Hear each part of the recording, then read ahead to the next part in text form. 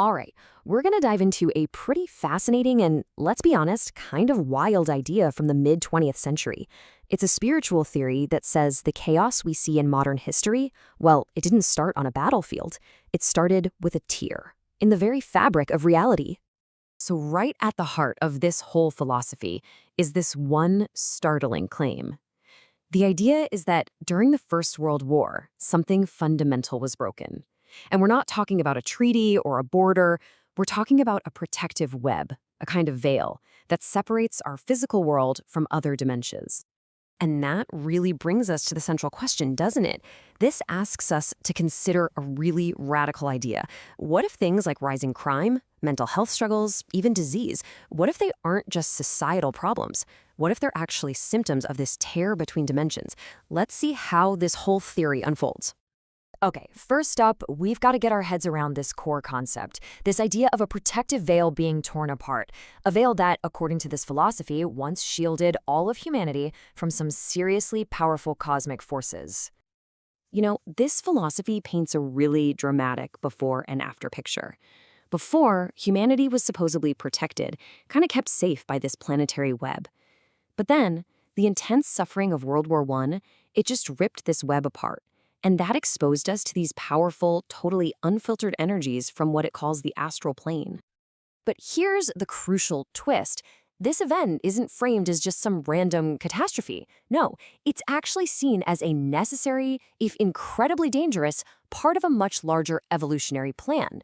It's like a shock to the system, a cosmic wake-up call, designed to push humanity into its next stage of development.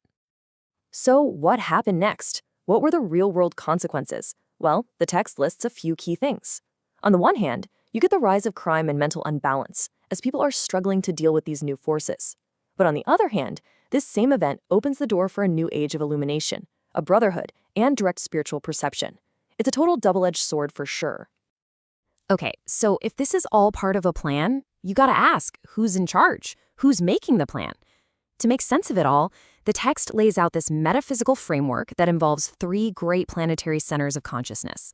First, there's a place called Shambhala. This is described as the planetary head center. It's where the divine purpose comes from. You can think of it as the cosmic headquarters, the boardroom where the grand blueprint is held. Next up, we have the hierarchy. This acts as the planetary heart. Now, this is a spiritual body of enlightened beings, or masters, who take that divine will from Shambhala and then infuse it with love and wisdom. They're the ones guiding our evolution from behind the scenes. And third, well, there's us, humanity. We are the planetary throat center. And our job is to take that loving, wise plan and actually express it creatively here in the physical world. We're supposed to be the ones who actually build it, who give it a voice. So you can kind of see the intended flow of energy here, right? The divine will starts in Shambhala. It's then filtered through the love of the hierarchy, and finally, it's meant to be expressed through the intelligence of humanity. It's designed to be a perfect spiritual circuit. This brings us to the next big piece of the puzzle, the idea that these massive cosmic forces aren't random at all. Instead, they're being deliberately guided as part of a divine plan for all of us. So that's the big question then. If there's this grand plan, how does it actually show up in the real world? The text points to some very specific agents and tools that are designed to bridge that gap between the spiritual and the physical. A huge part of the answer lies with something called the New Group of World Servers. Now, this isn't some formal club you can join. It's more of a global, informal network of people from all walks of life who are spiritually sensitive enough to feel what humanity needs and to receive inspiration from the hierarchy. They're the plan's boots on the ground. And one of their main tools is something called the Great Invocation. It's presented as a kind of non-denominational world prayer, almost like a powerful mantra. It's designed to call in these spiritual energies and really speed up the whole plan. Now, the crucial point here is that this makes humanity an active participant. By using the invocation, we're not just sitting around waiting for help. We are consciously building a bridge and making that connection between all three of the great spiritual centers stronger. We're part of the team. And now we get to the culmination of this entire narrative. This is the text's ultimate prediction for our future, the big finale. So after all this turmoil, all this behind-the-scenes maneuvering, what's the end game? I mean, what is all of this actually leading up to? The text's answer is surprisingly simple and, well, pretty profound. The externalization of the hierarchy.